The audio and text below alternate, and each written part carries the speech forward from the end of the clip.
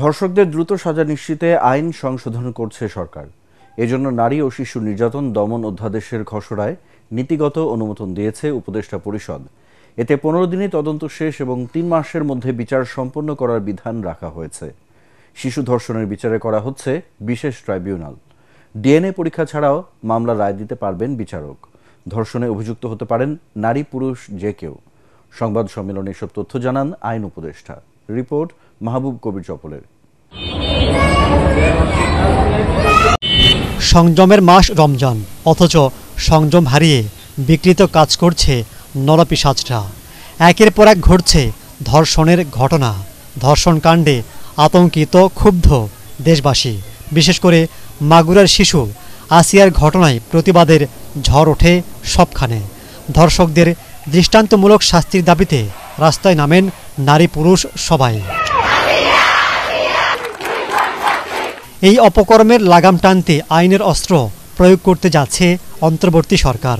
2000 সালের নারী ও শিশু নির্যাতন দমন আইন সংশোধনের নীতিগত অনুমোদন দিয়েছে উপদেষ্টা পরিষদ। ধর্ষকদের দ্রুত শাস্তি দিতে সংশোধন করা হচ্ছে বেশ কয়েকটি বিধান।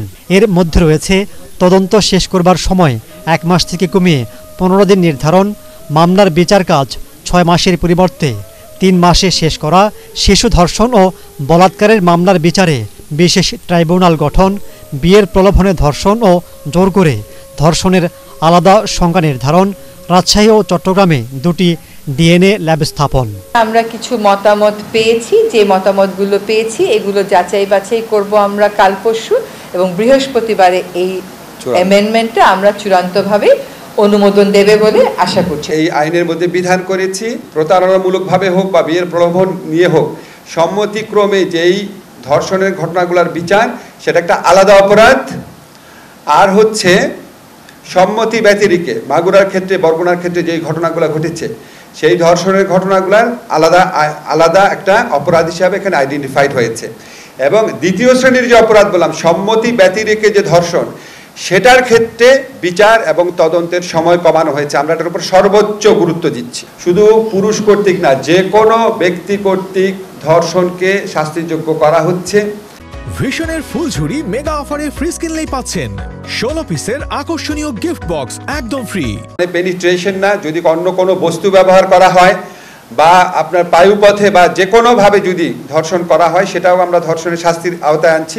আদালত ডিএনএ সার্টিফিকেট ছাড়াই মামলা দ্রুত বিচার করার জন্য মেডিকেল সার্টিফিকেট এবং পারিপার্শ্বিক সাক্ষ্যের ভিত্তিতে বিচার করবে। এছাড়া আমরা ভিকটিমদের প্রোটেকশনের জন্য বিভিন্ন ধরনের ব্যবস্থা করেছি, ওনাদেরকে ক্ষতিপূরণ দান করার ব্যবস্থা করেছি। তবে শুধু আইন সংশোধন করে ধর্ষণ কমানো সম্ভব হবে না বলে মনে করছেন নারী বিষয়ক সংস্কার কমিশনের প্রধান শিরিন পারভিন হক। আইনের সংশোধনের যে বিষয়বস্তু, যে শাস্তি বৃদ্ধি করে দমন করা হবে, সেটার সাথে আমরা একেবারে একমত না। শাস্তি বৃদ্ধি কোনোদিনই কোনো অপরাধ দমনে সাহায্য করে নাই, কোনো ভূমিকা পালন করে না। দেশে ধর্ষণ ঠিক কী কারণে বেড়ে গেছে সেটির তদন্তের পরামর্শ নারী অধিকার কর্মীদের। মাহবুব কবির চপল, ATN বাংলা, ঢাকা।